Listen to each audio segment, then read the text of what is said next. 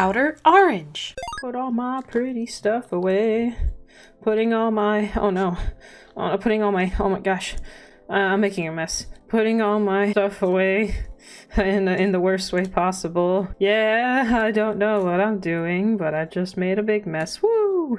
Alright, hello and welcome to my favorite screen. Today we're going to be doing a profile. This is kind of an inspiration to the profile that we saw. I believe it was second place. Can't remember the name exactly, but I'll have it somewhere around here. But yeah, we had someone take second place with OuterOrange with a soul charging type of aggressive engine. And today I kind of wanted to make my own like inspiration of it. It's a little different. Honestly, I think overall the person that took their deck is probably a little bit better, because a bit better in terms of like how they built it, but you can kind of build this deck in like numerous ways and, you know, different approaches. There's different kind of techs and options you can do, and you can kind of go multiple routes about this, but I did kind of like the way they took this deck, so I kind of wanted to talk about it with you guys today, because some people may be wondering, well, why some of the choices were made, and I'll kind of go over the main choices. The side choices are kind of like up to the player at that point based off meta, but the main choices are still like the most persistent stuff, so we'll kind of get into that today. So let's go ahead and do that. Sleeves are OuterOrange sleeves, nothing too crazy here, and the deck box that we're using is actually a Clarissa deck box. So essentially this deck is revolved around OuterOrange. OuterOrange has a lot of ways to bounce and call, kind of do on-place abilities, so a deck like this actually works pretty well. OuterOrange is extremely generic.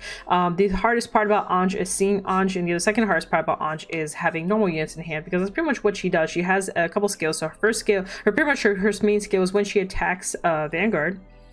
Has to be a Vanguard, by the way. Can't attack rear guards, fun fact of the day, so you can't do that. But when she attacks a Vanguard, you counterblast, bounce everything on either side. You have either you or your opponent, and what you do off of that is you pretty much, for however many bounce, you get some skills. So if you bounce 2, she gets 10k. If you bounce 3, you get a force marker. If you bounce 4, you get to call something from deck to the board. So essentially what you want to do is you want to get that 4 condition off every single time. So you get yourself the force markers, spam, get yourself the numbers, and get yourself a free call to the board, which is a deck thin and also a way to apply to toolbox. Now, this deck doesn't really care about toolbox too much, but it is something that you can do in a lot of OuterOrange decks. So that's kind of what we'll be going over today. But pretty much you want your 4 copies of OuterOrange. We also need some kind of win con, and Tira is part of your win con. This is Chucho with debut stage Tira. She has 2 skills: on place, on fan, bounce everything, you get 15k if you bounce 3. And then her second skill says at the end of battle she attacked Vanguard or rearguard circle. If 3 or more cards are bounced, you can discard a card and stand her. Keep in mind this is a once per turn, but is not limited to once per turn per card name. So essentially you can technically get off 2. I wouldn't say you can do it in this deck very often,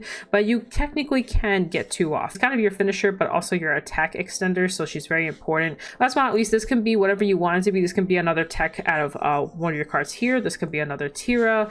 This can be a lot of things, but I run one Reefy. I run Reefy in a lot of my decks as a one-off because it's a really good counter pick into mirror matches or similar decks, like against other Bermuda Triangle players that aren't playing specifically this deck.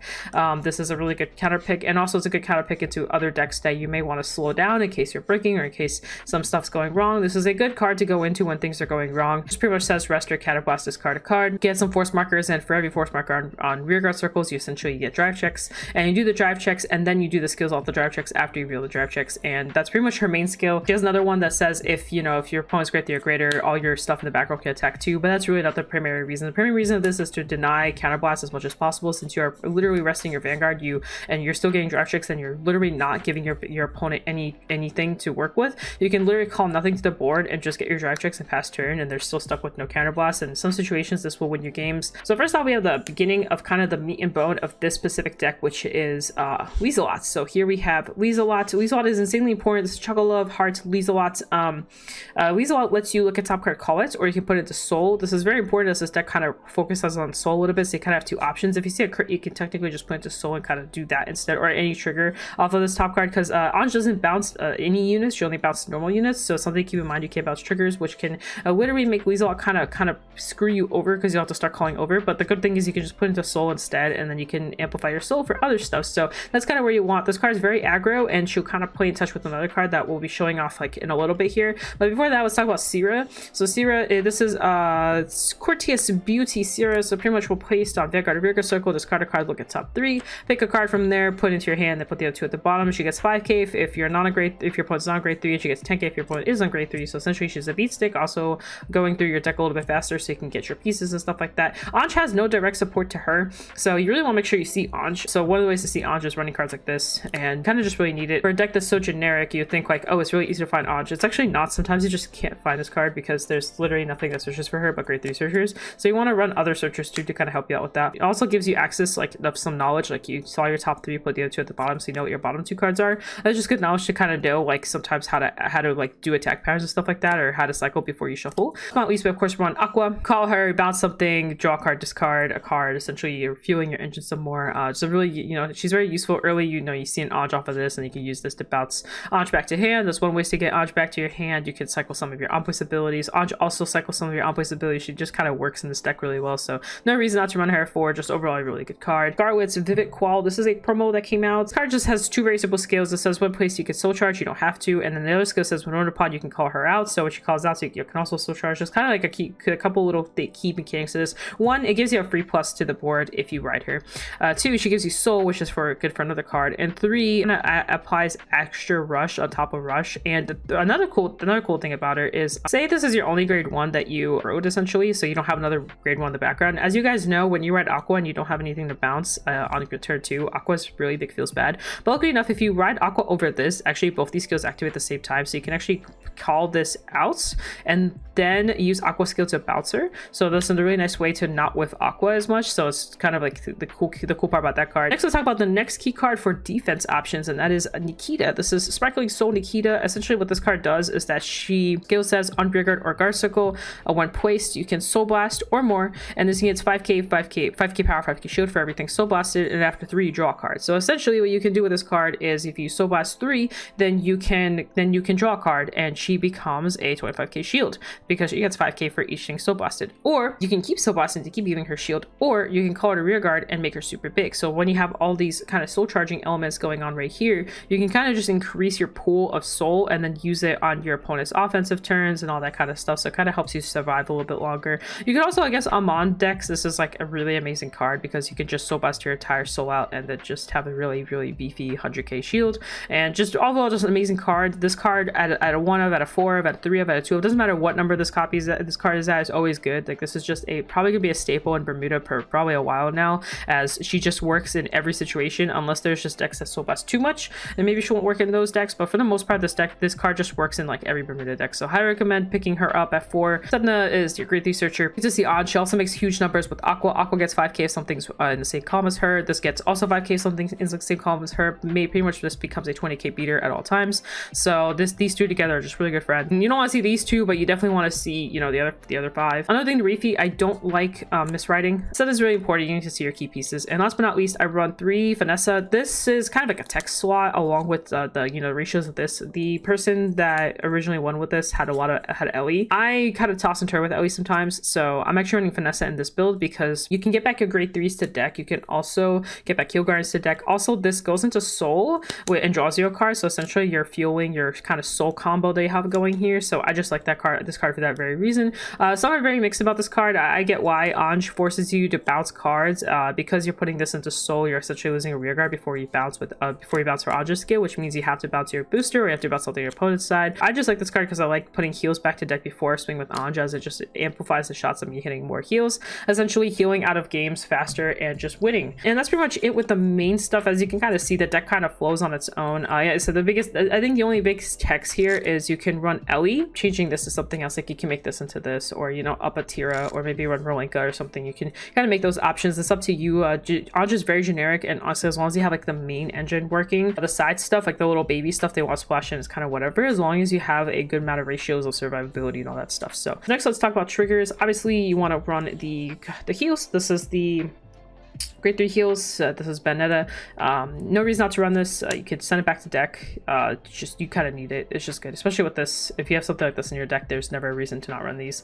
You kind of have to. It's really good stuff if you really don't want to get aggro down. Getting aggro down sucks. Your only out is healing, and you have to be very careful. The only upside to getting aggro down early is that you will be healing and your opponent won't be, but the downside is everything else. You really want to make sure you survive long enough to kill, so you want to do that. So that's why you want to run those. And then we have pretty much the 8 crits. Nothing too crazy here. You know, you need crits to kind of finish finish off. And then of course we have perfect guards, because perfect guards are just draw perfect guards. There's no reason to run other ones. And then of course we have a starter. So I'm running this not a starter. You can run whatever starter you want. Doesn't really matter in this deck specifically. So there's your starter. And that's pretty much the entire deck. Honestly, this deck kind of functions pretty smoothly, I would say. I would say if you miss this, you kind of cry a little bit. But overall, the deck's functionality is pretty chill. Generic Ange is still good.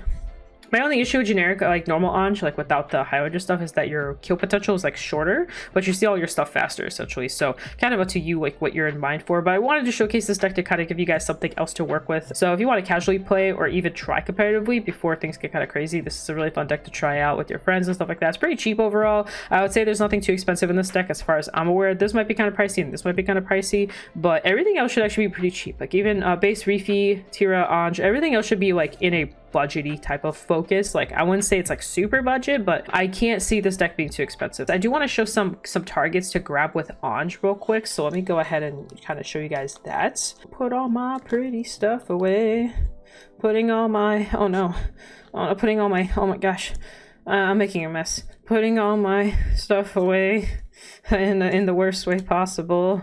Yeah, I don't know what I'm doing, but I just made a big mess. Woo! Targets to grab with Ange. So if you are on Ange and you're swinging and you just bounced everything, kind of some targets to grab. You have a couple options actually. You can grab Tira. Obviously Tira is like your main, you know, beater aggressive thing. So she would be like the kind of the go-to, but you can also grab other stuff. So something you can set up for Aqua. You can actually keep the booster, and if you can set it for Aqua and then use Aqua skill to bounce and draw if you need to dig through your deck a little deeper. Aqua is an option. She's one of the worst options, so I don't recommend her as like a mandatory one. But another thing, you can actually go into Nikita as well. So Nikita will give you the shield as an obvious ability, so in case you want to draw extra cards, you can go into that. Another card that's really cool that you can go into is actually Vanessa. It's actually one of the cards I like to go into a lot early on as just as a draw turn. So essentially, especially if you use heal gardens early, you can go into Vanessa, swing Vanessa, she'll go into Soul, and then you'll send a heal back and then you draw a card. And obviously the heal you'll be sending back is this one right here.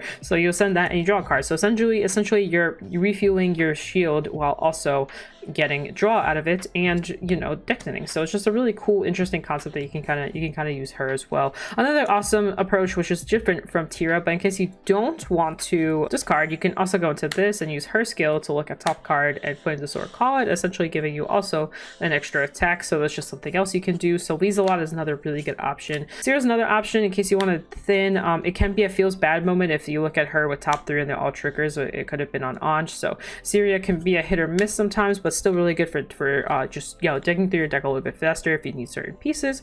And then after that, it's kind of everything else is feels bad. Like you can technically, you know, call this out or this out, but these aren't cards you want to call out, so just, you know, don't call those cards out. And aside from that, the deck I don't have too much else. That's about all I have, so I'm just going to say my peace outs here. So peace out, das vidania. I'll see you guys in the future video. Bye bye. I do gotta show you guys my favorite part about this deck. Ride this and you so charge, and then call this and you so charge, and then call this and you so charge, and then call her top card, call or soul charge, why not, and then soul charge again, why not, and then you know, next turn you take a damage or whatever, draw, ride Lieselot, top card, soul charge. But wait, there's more. This pops out. So charge again. Woohoo! So charge. Oh my goodness, that is some sad. That is some sad soul.